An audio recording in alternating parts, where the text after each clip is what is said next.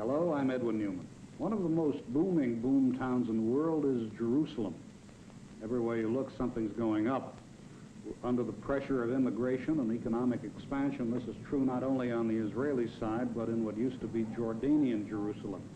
On both sides, the boom is evidence that Israel is settling in further as what the Israelis confidently expect to be a permanent part of the Middle East. It is not without significance that the larger part of the construction force working on the boom is Arab. That is true not only in the territories Israel has occupied since the Six-Day War in 1967, but in Israel itself. After a quarter of a century, there is no peace between Israel and the Arab states, but there is a ceasefire, fairly well observed, and there is here and there in the Arab world an inkling of greater acceptance of Israel's existence. Still, there is also, of course, on the part of many Arabs, a persistent and even implacable opposition to Israel, and the Israelis know that real peace may be a long way off and that there may be much trouble ahead. They would be foolish to think anything else. But this is a fairly stable and hopeful time for them, and anyone who has made periodic visits to Israel notices that at once. The world has long since got used to the idea that a woman is in charge of Israel's affairs, Prime Minister Golda Meir. The fact is, an Israeli and world scene without Mrs. Meir would take a lot more getting used to. Mrs. Meir has been Prime Minister since March 1969. Before that, she had a variety of government posts and party posts. She was, among other things, Minister in Moscow and Foreign Minister. And it is Prime Minister Golda Meir who will be speaking freely today. Mrs. Meir, I wonder whether we might begin by speaking of Arab groups of the kind that hijack airplanes and killed Israeli athletes at Munich. They talk a great deal about the Palestinian homeland and how they've been deprived of it. Is there any legitimacy in talk about an Arab-Palestinian homeland? No, I think not, at any rate. If the homeland that is referred to is supposed to be Israel, I think it would be worthwhile just to take a minute, go back a little bit in history. For instance, before the First World War, there were no independent Arab countries. This area, that is Israel today, and as a matter of fact, up to the Jordan, was considered the southern part of Syria. When, after the war, Great Britain got the mandate over Palestine, Palestine was then between the entire area, between the Mediterranean and the Iraqian border.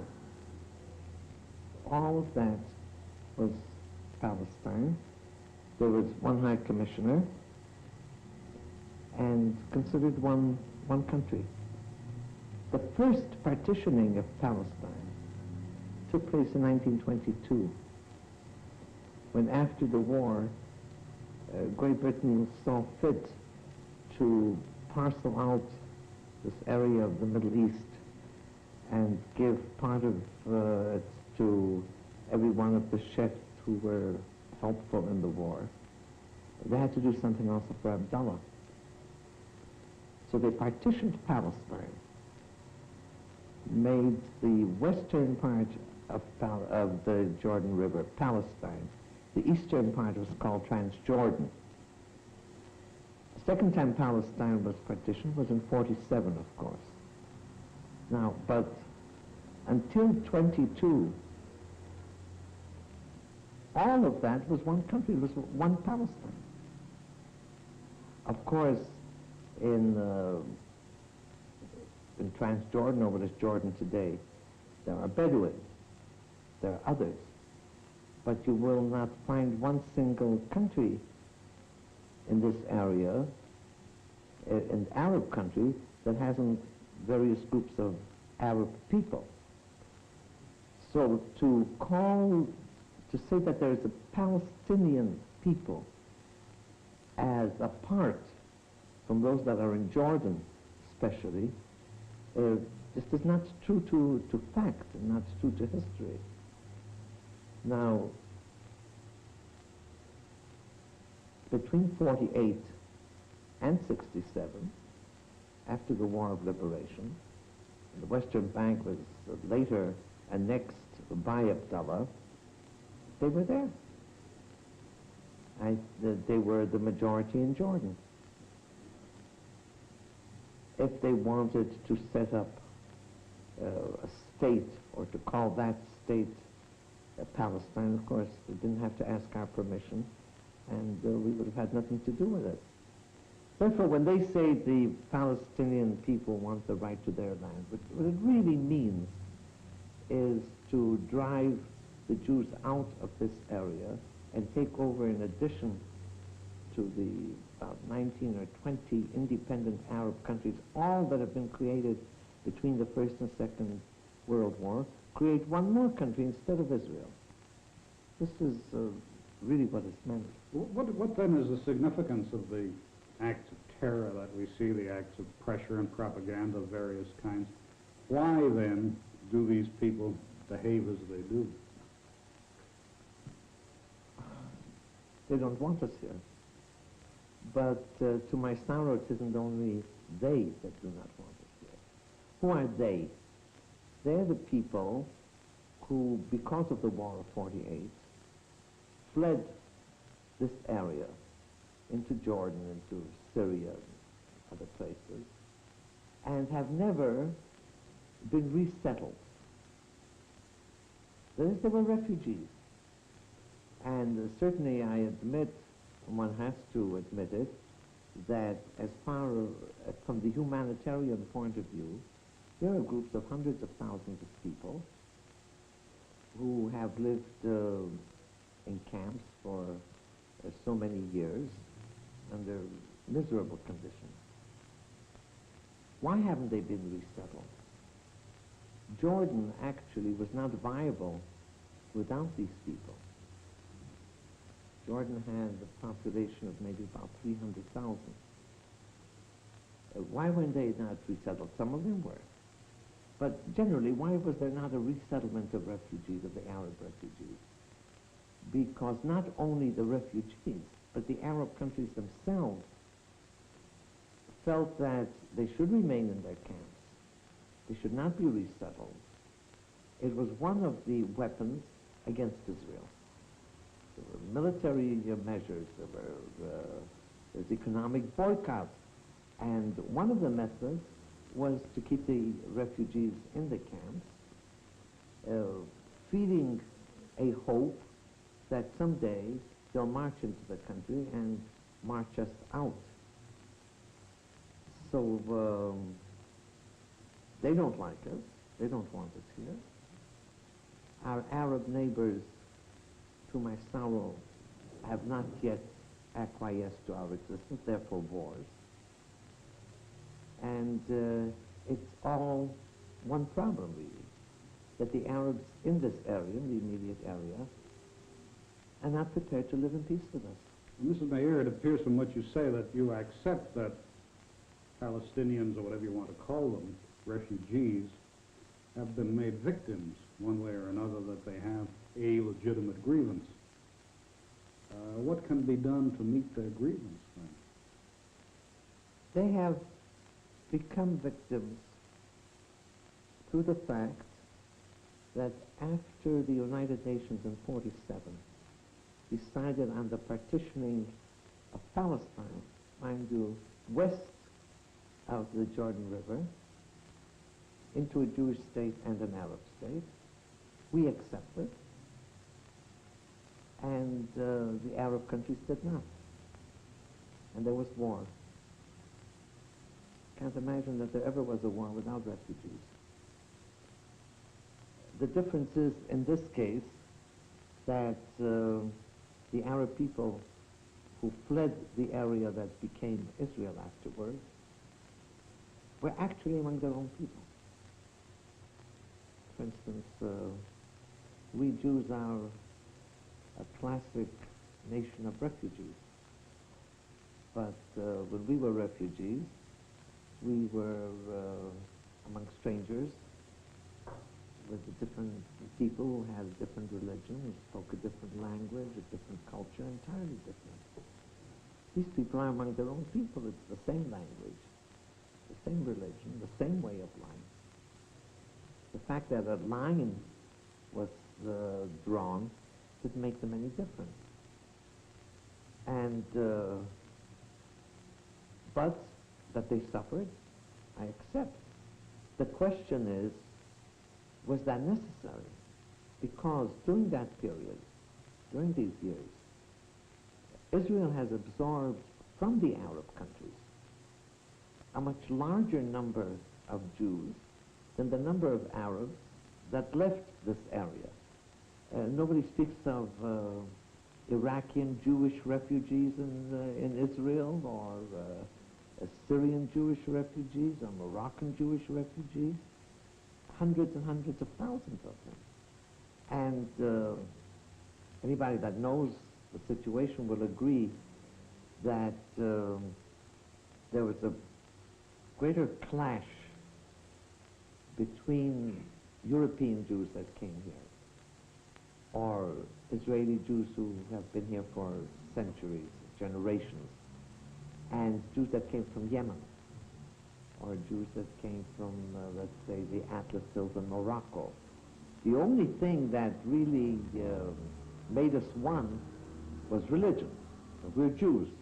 We're one, the same nation, but no common language, and sometimes centuries apart in culture, and yet we absorb them, and we're one people. Is there anything, Mrs. Prime Minister, that Israel can do to remove this center of infection, really, a source of infection for the whole Middle East? These Arab refugees, these unsatisfied, unhappy people, unsettled, really. Because going around, as I've been doing the last few days, one still sees refugee camps that go back to 1948. That's right. Is there anything that Israel can do? We have said immediately after the War of Liberation in 48, 49, that we are prepared to pay compensation for anything that these people have left behind, whether it's land, whether it's orange groves, whether it's houses, anything. We have allowed tens of thousands of them to come back because the families were separated during the fighting. And if part of the families remained here, and if they, no problem of security, we allowed them to come back. Now, the United Nations had a committee to investigate what these people left behind. And we cooperated with them. It comes up large sums of money. Now, if there had been peace, this money, the aid from international aid and from various governments, there's no doubt this thing would have been forgotten. And they would have been resettled in agriculture or in industry or in any other way. Instead, the United Nations during these years poured hundreds of millions of dollars into miserable camps. We found the camps now, for instance, in the Gaza Strip. It's unheard of that people should be kept in conditions of that kind. But it was done with this idea, the worse the better. These people must be miserable. They must live in conditions of that kind. They must not resettle and have a home of their own or so on, so that there will be an instrument against Israel. What about the terrorism, Mrs. Mayor? Israel takes a very firm line against terrorists, against hijackers, whereas other countries do not.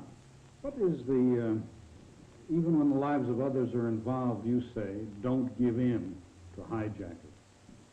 What is your reasoning there, since innocent lives are at stake? Innocent lives are always at stake. The question is, can innocent Israeli lives become a commodity that groups of men and women can just do with them whatever they like. Because when they take a plane, for instance, let us take the last incident, the one of Lufthansa in Germany. Nobody would say that it's a simple matter. Of course not. But look what happens. These men demand the release from prison of men who participated in the killing of our people in the Olympic Village. They say and practice, but they say openly, we want them out. As soon as they land in Libya, they make a statement, now we'll start all over again. So of course lives are involved. But it means that people are set free when everybody knows that what they intend to do at the first opportunity, they will kill more Israelis. It's a difficult problem. I don't say it's easy. But Israel cannot say, well, as long as it involves Israelis, it's all right. Mr. Meir, it is sometimes suggested that terrorist organizations act out of a fear of a solution being arrived at between Israel and the Arab states. Is there a prospect of such a solution? A solution between us and the Arab states? Yes. I'm sure there is. The question is when. Look, one must not, I think, look at the situation in the Middle East as though there are Arab countries that involve themselves in war with Israel, but it doesn't hurt them. It doesn't hurt their people.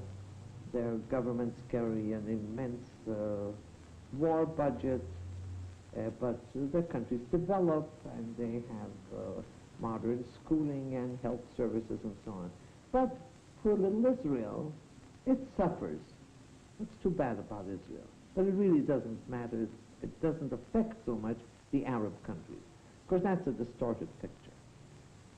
Because as long as our Arab neighbors are at war with us, certainly they suffer at least as much as we do.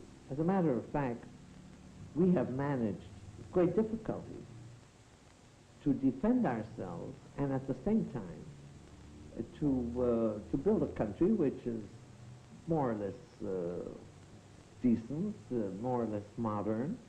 It's not all that we wanted to happen or that could have happened if we didn't have to defend ourselves, but still we were 650,000 when the state was established. There are 800,000 children in school today, and we have compulsory free education from 5 and now from 4 to 15. There's not one single village in the country, no matter where it is, that is out of reach of a hospital or that there isn't a doctor in the area. And there's industry, there's modern agriculture, there is culture, there's music, there's theater. I mean, I say it isn't all that we want. We could have done much more. When in a country like this, we have a community of close to 50,000 young men and young women in institutions of higher learning. All this without practically one single month, I could say almost, without one single day of peace. Now, this isn't exactly what happened on the other side. So, war in this area is something that is hurtful to Israel and to the others. Peace, if it comes and when it comes, is a very important situation for Israel. We're not ashamed to say that we want peace, but also for the other countries. So anybody that is interested in this area must not fall into a way of thinking, well, There ought to be peace because Israel needs peace. The entire area needs peace. And the tens of millions of people in our neighboring Arab states, they are the main sufferers. Are you suggesting then that it is because they are suffering, and it is because these countries are less well off than Israel is in the particulars you've cited, that there is some hope of peace, that will create the pressure for peace in Arab countries? Yes, I don't think that our Arab neighbors will present us with a present of peace. The real tragedy is that the leaders of these tens of millions of people in the various Arab countries do not realize how essential it is for their people. If they did, I think we would have had peace many years ago. Mrs. Mayor, can you offer any opinion, any theory about the intentions of King Hussein of Jordan at this point? Well, I think the positive developments in this area, as far as our neighbors are concerned, that King Hussein has come to the conclusion, evidently because he said so, that there must be a solution of peace between Jordan and Israel, and I think he accepts that for all the neighboring countries. And he once said, I believe, that another war is another catastrophe, maybe a greater catastrophe for the Arab people. I don't think he has come to this conclusion for Israel's sake, but he realizes what it has done to him and to his people, and knows what is happening in Arab countries better than I do. He knows that from his close contact with them. Well, that's a very positive development. The next thing that King Hussein, I think, has to do is to realize that since the war was brought on Israel by his participation as well as Egypt and Syria and so on, he cannot expect and must not expect that everything goes back exactly where it was before he entered the war and attacked Jerusalem again, as his grandfather did in 48, and attacked other parts of the country. When he comes to that conclusion, then we're really on the way to peace. How close can he get to the situation as it existed before 1967? Well, that can only be done in negotiations. You know, it's a well-known fact that Israel has now drawn maps, and we don't play games with ourselves. It isn't that we don't have ideas. We have it. But the basic idea is, all other ideas are based on one idea, that we want peace with our neighbors. And what we want to gain in peace, as far as territory is concerned, is not territorial annexation. What we want is change in territory to the extent that it is essential for us to have borders that promise greater security than what we had before. One gathers, Mrs. Prime Minister, that with Jordan it would not be a great problem, but that you would, for example, insist on holding the Golan Heights taken from Syria, and that might be a much more ticklish problem than the Jordan problem. I don't want to negotiate on a television program. No, I don't want to say to King Hussein that with Jordan there is no problem, because I don't think I would be honest if I said so. There are problems. I have to see his side of it too. There is Jerusalem. Not that Jordan had any claim on Jerusalem. It was never decided that Jerusalem or part of it should be Jordanian. What happened in 48 was by this breaking of this terrible principle of the inadmissibility of conquest by force. We were weak in 48. Jordan was much stronger. The Arab Legion was a good army at that time, led by British, trained by British. and they took part of Jerusalem. So I don't think he ought to get it back. I'm sure he won't, but he wants it back. That, at any rate, from his point of view, it's a problem.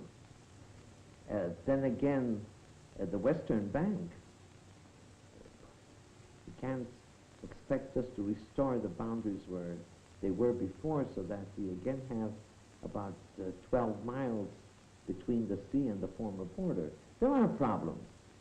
They're not problems that cannot be solved. I think all problems between us and our neighbors can be solved. Why should the Golan Heights be such a serious problem from Syria unless they again want to be in a position where they can shell our villages in the valley?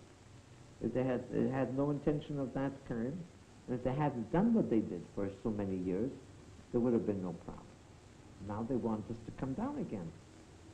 Come down from the hill to the valley so that they can put up their guns up above. That's a problem. Mr. Meir, one often hears that Arab leaders would find it very difficult to make peace with Israel, that they could not themselves survive politically, maybe survive at all, if they did make peace. That's thought to be particularly the case in Egypt, for example, and, well, to name another one, Iraq. Could a man like President Sadat of Egypt survive if he made peace with Israel, do you think? Is that something you have to think about? I think we all have to think about it. The question is that our primary responsibility for Israel? What happens in these countries? Of course, one of the sources of the tragedy is the regimes. They're not democratic regimes, they're dictatorships. Each dictator, in order to keep himself above water, promises his people various things. One of the things that every dictator in this country in this area promised their people, that Israel will be destroyed. One thing I think they can't be blamed for is that they didn't try. That they did and couldn't, did not succeed.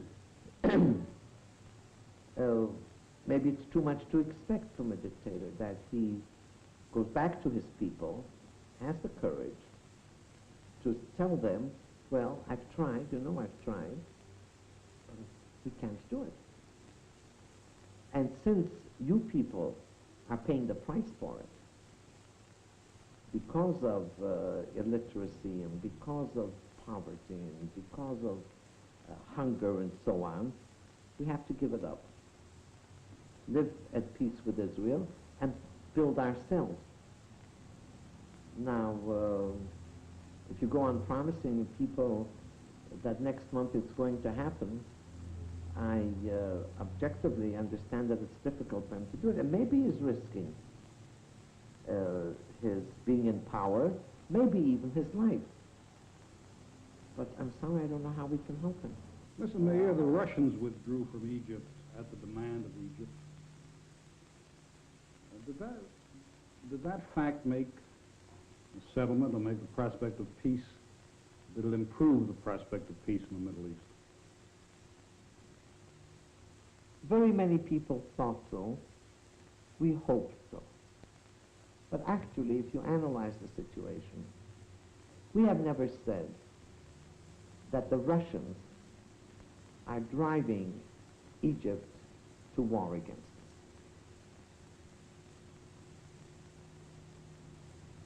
I think for two reasons, to be fair to the Russians. I don't think it's a major point in their policy to destroy Israel. What they wanted to do is to buy themselves, or to buy their entrance into the Middle East on the basis of feeding Nasser or any other Arab leader what he wants most. And in 1955, they found that what Nasser wants most is not tractors and not modern industrial plants and schools and so on. What he wants most is the tanks and planes in order to destroy Israel. But they were prepared to give it to them. to give it to him, and kept on giving it to him all the time. Now, when they left, we thought, well, if Sadat became disappointed with the Russians, on what ground? That Russia was not giving him enough material with which to destroy us. Maybe he'll make up his mind that, all right, he's lost this friend too. He doesn't believe the Americans will help him destroy Israel. Maybe then he should turn around and make peace with us. But that hasn't happened. You see, in all this, there's one more point that has to be taken into consideration. It's not only because we're committed to democracy and can't envisage a different regime. But look, whether it's Israel, whether it's the United States, any other democratic country, a government takes a decision which it is convinced of is good for the people. It's not always popular. It goes to its parliament, presents it, or whether the president says, doesn't make any difference, but there's a body democratically elected that has to deal with it. But let us take our form of government, British form of government. Suppose a government decides something, and we go to the parliament. What can happen? We lose the majority in parliament. So what? So there are new elections. When there are new elections, either we are re-elected or another party gets into government. The state remains. If we lose, we'll think it's too bad. The others can't do as well as we do. The other party will think they'll do better, but nobody is killed. There is no taking over by force. Nothing happens. Saddam or Nasser before him, or Assad in Syria, or the other one in Iraq, they always have to take into account that if they make a decision which is not popular, which is against the education that they gave their people, he'll lose his post. He'll not be president again. How will he not be president? He will not be re-elected? A few generals or lieutenants may come in any moment, and at the point of a gun send him out. Send him where? To prison or a better place. His personal life is in danger. His being president is in danger. Then he must think of it, and he does. And this is the tragic part of this kind of regime of people. Dictators are supposed to be very brave people. It isn't so. It isn't true. They're afraid. They don't trust anybody around them, their dearest friends. Look what Stalin did to his people. Look how Sadat started. The first thing is sending people to jail. And I don't know, how does he take his decisions? Like I do? We sat at cabinet meeting today from 9 o'clock till 3 o'clock discussing things, differences of opinion, we have to take votes. I don't know whether he has, gets his ministers together and asks their advice. I don't know whether he doesn't get up one morning and says, well, now I'll do this, and doesn't. So this element, which is supposed to be a question of philosophical problem, what kind of regime, of a social problem, really in a situation of this kind in the Middle East, it's a question of life and death to many, many people. Well, are the Russians coming back in now? Do you think Sadat has decided to have them back? Well, look what Sadat did. I imagine when that bright morning he decided to tell the Russians, go home, I suppose what he thought was, now, the Americans don't like the Russians. So, if I send the Russians home, the Americans will applaud me. And then they'll come running and say, well, now, President Sadat, you're wonderful. Now you send the people we don't like away. Now just tell us what you want. You want us to squeeze Israel? It's okay with us. That's just what we're going to begin to do this afternoon. Well, the Americans didn't do it. So he said, okay, The Americans are now involved in the political campaign, and the Jews are so influential, of course. Without them, there's no president elected in the United States. So never mind the president, now I'm going to go to Western Europe. Here is the place where I can get things. And he sent his messengers to Western Europe. Nothing happened. And the Americans don't help him. Western Europe doesn't help him. So now he's going to scare the Americans a little bit again. He's going back to the Russians. And he went back to the Russians. Here another phase of all this. Connected, of course, with everything that I said before. The lack of, call it courage or whatever you wish to call it, of knowing that you're a sovereign state, a sovereign people, you have to carry the responsibility for your decisions and for your people. Don't expect somebody to do things for you. You've gone to war, you Egypt, not Sadat, so it was Nasser, doesn't make any difference. Out of the blue in 67, you sent your army across the canal into the Sinai Desert, and Nasser said, this is the day, now we're going to do it. Fine, you tried. Couldn't succeed. Now, Israel immediately after the war said, okay, now let us sit down and negotiate a peace treaty. And the answer was no, no, no. The Americans will squeeze Israel. They remembered 56, 57, the Americans and the Russians will do it, and I'll sit back and threaten Israel. The Americans don't do it quick enough, I'll start a war of attrition. And if the Bar-Lev line is not really destroyed, never mind, I'll tell my people, as Nasser did tell his people, 2/3 of the Bar-Lev line is destroyed. Not 2/3, and nothing was destroyed.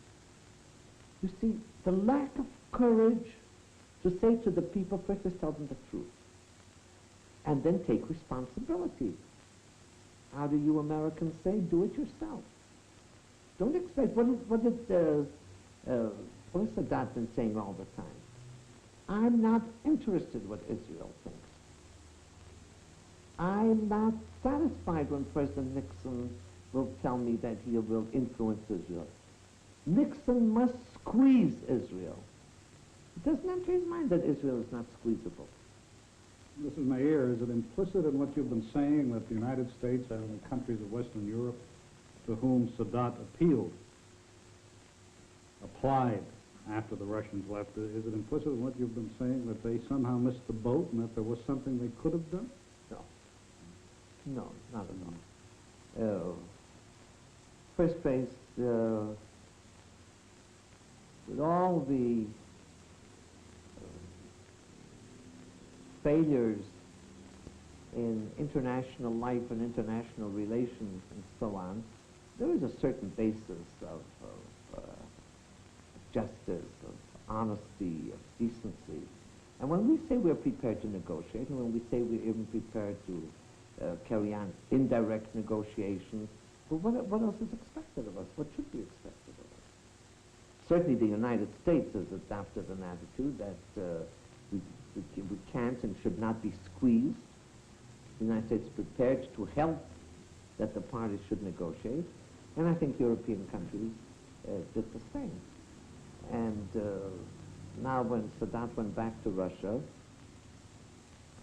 I'm not so sure whether he's so happy with what he's getting from his point of view, and I don't know how things will turn out. But first he sent them out, and he goes back to them.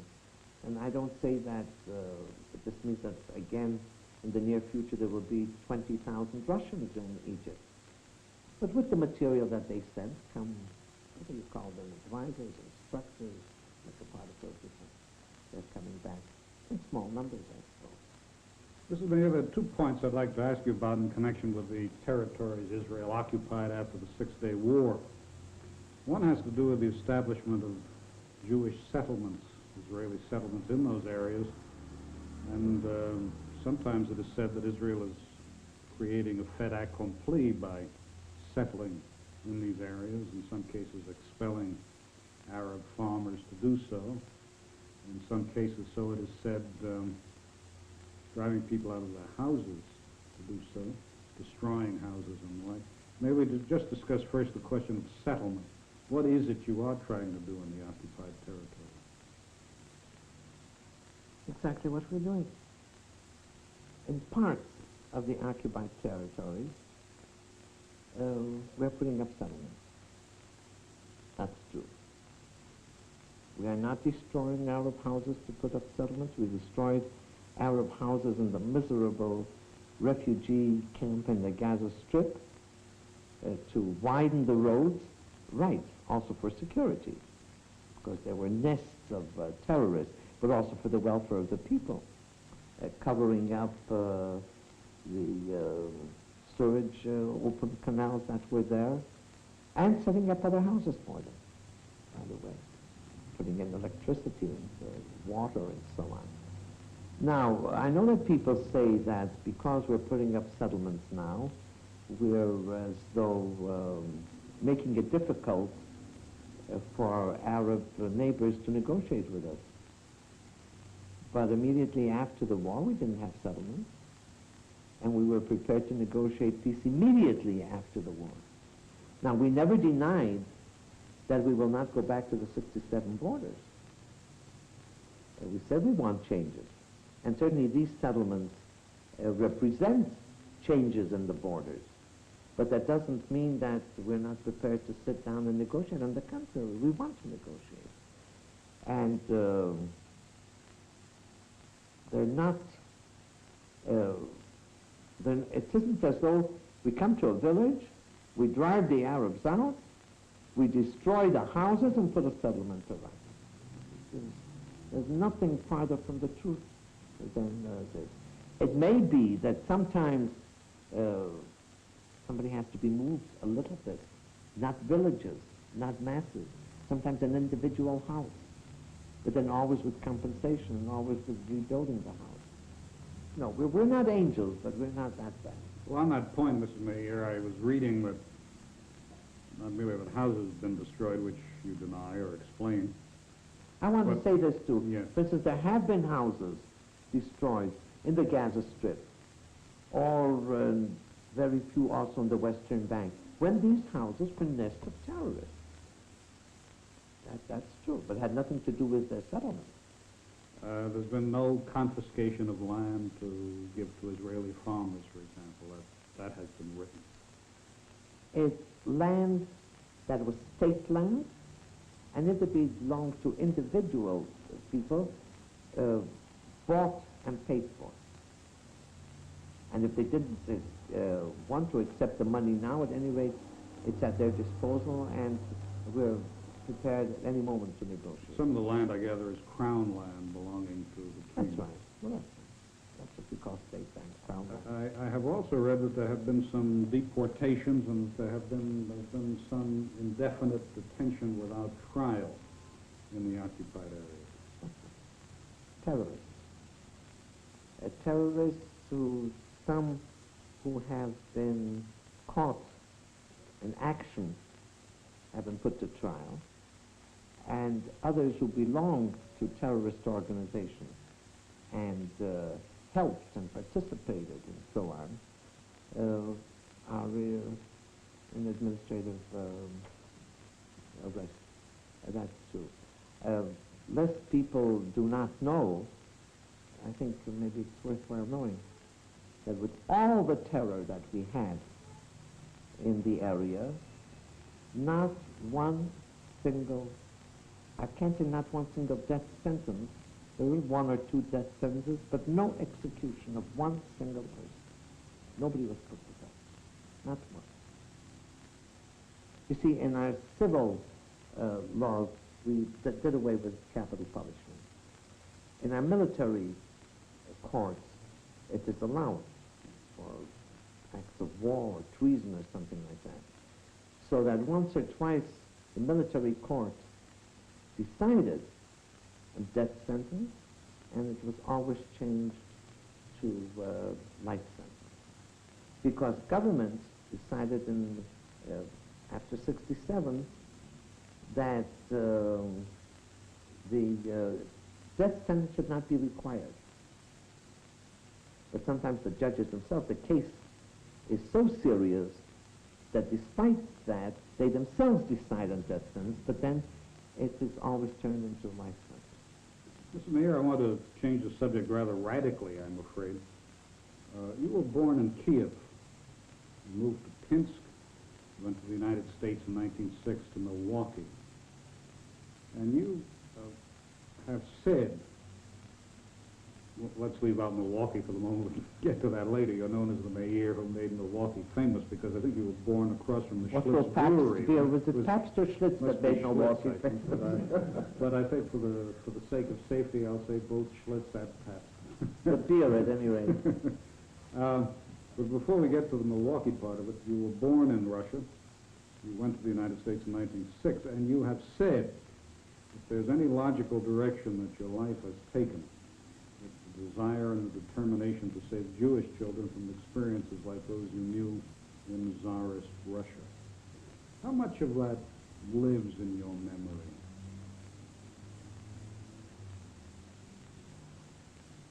Look, the Jewish people has a very long memory, collectively. And masses of individual Jews have a similar memory. In the United States, if there's still people of my generation, I mean, immigrants at that time, this will be a repetitious story. It won't be Kiev, then it will be Vilna, then it will be Kovna, it will be Bialystok, it will be Moscow. It'll be, it doesn't matter where it will be, but it's the same story. The same story. The first memory of many, many Jews, the first thing they remember, like I, is when my father and the upstairs neighbor were nailing up the doors because the rumors were that there's going to be another pogrom in Kiev. And this wasn't something that so outlandish. There were pogroms after. At that time, it did not happen. But the horror of standing there and watching what our fathers were doing and knowing that it may happen, that lives in the hearts of many people. Some people, despite that, took a different road.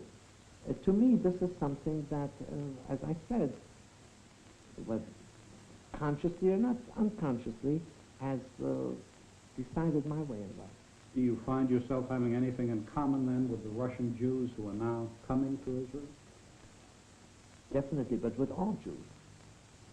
Why not with Jews from the Jewish children, for instance, who live in the ghetto in Syria today and know what it means to live in a ghetto and under terror because they're Jewish?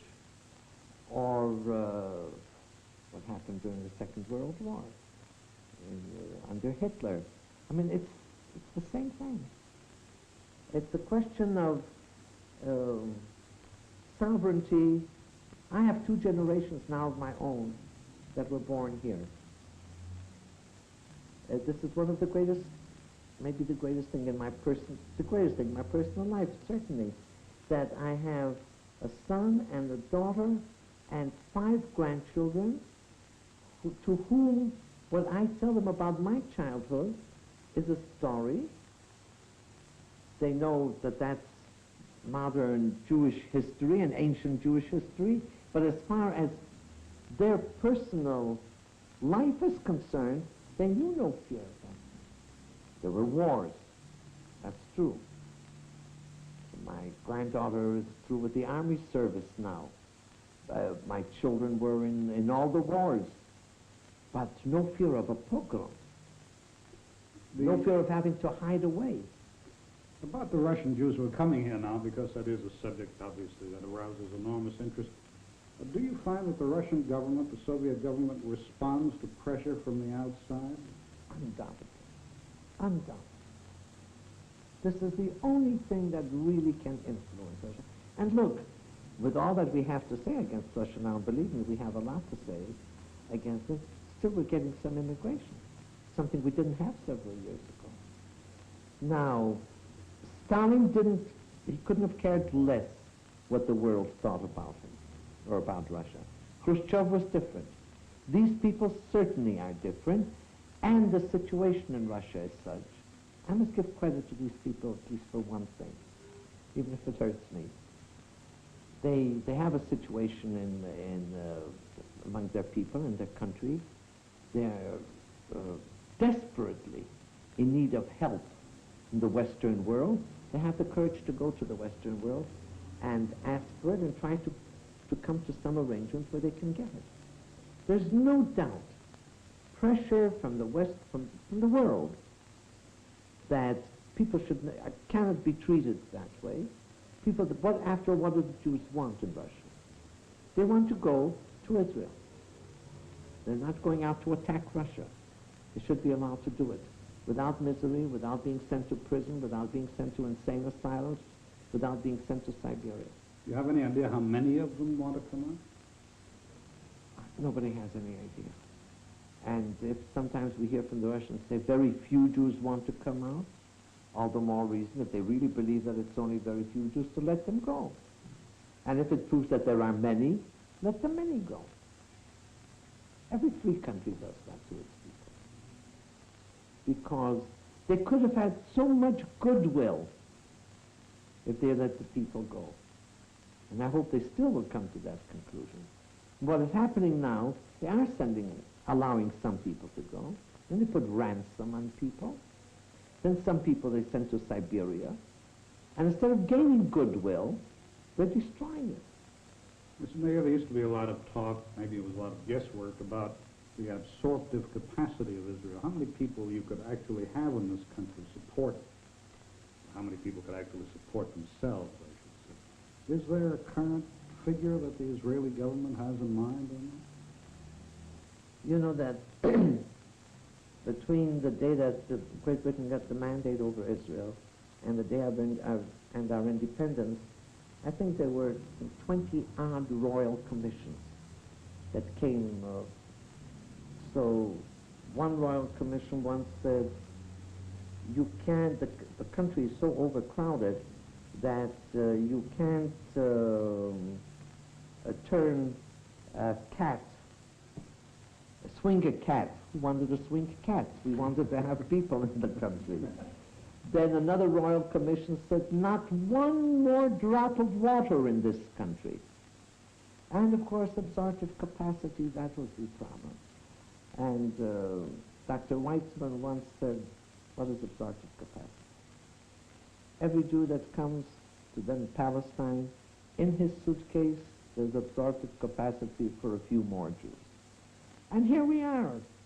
So the population is very, very close to 3 million. And now we know that so much of our country is still uncultivated and not settled. And things are developing. Instead of a tract of a farm of so many acres, which were necessary for a family when we didn't have irrigation, there were no modern methods of agriculture. Now that same plot can support 4 families. And then industry and science and technology. There's no limit, really. No limit. We're not a people of 200 million. But the numbers that we have, we can take. Was there ever a time, Mrs. Mayor, when you were in the United States, where you lived for quite a while, that you thought of staying there? That you thought you might be an American?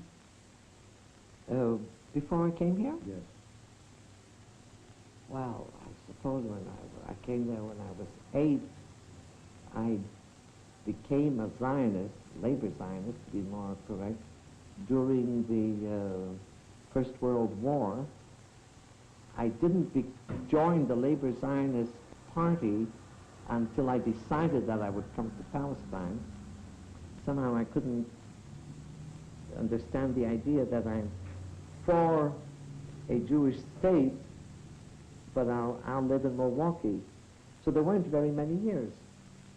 And God knows it's not because the United States was not good to us, and not because I didn't appreciate all that it had to generate, the difference between Tsarism and the United States, but it's because of the Jewishness in me, and because of this peculiar streak that if you believe something, you should go and try to accomplish it. So although I lived in the United States until I was